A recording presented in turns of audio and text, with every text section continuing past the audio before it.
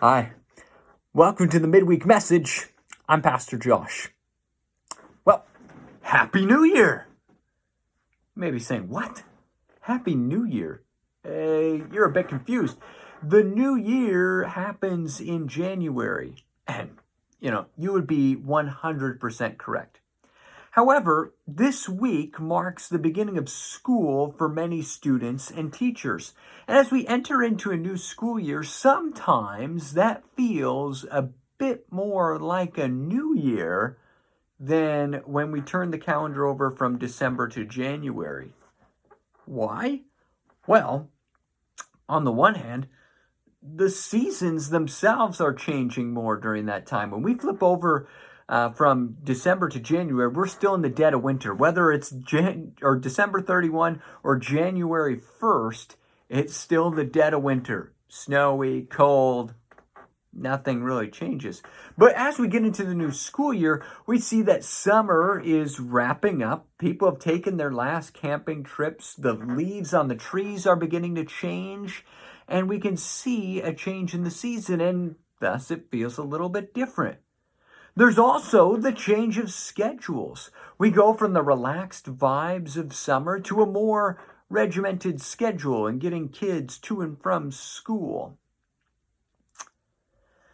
Now, for some of you, you may not have kids in school anymore. You may be entering a phase of life where there's no more kids to bring to school. So this change now doesn't feel like much. But for many, this is a big change.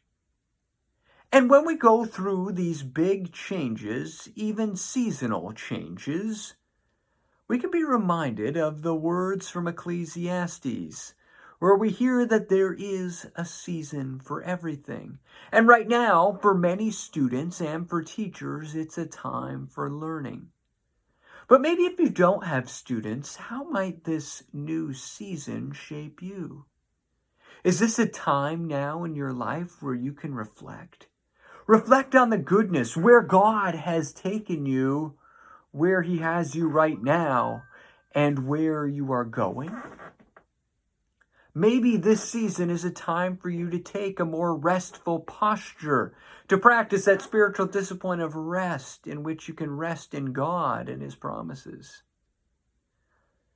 Wherever this new season takes you, whether it's back to school or in a setting of more complacency or a time where you can think more, wherever this may lead you, we can go forward with thanksgiving.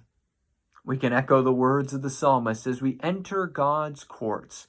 Let us be filled with thanksgiving in our hearts.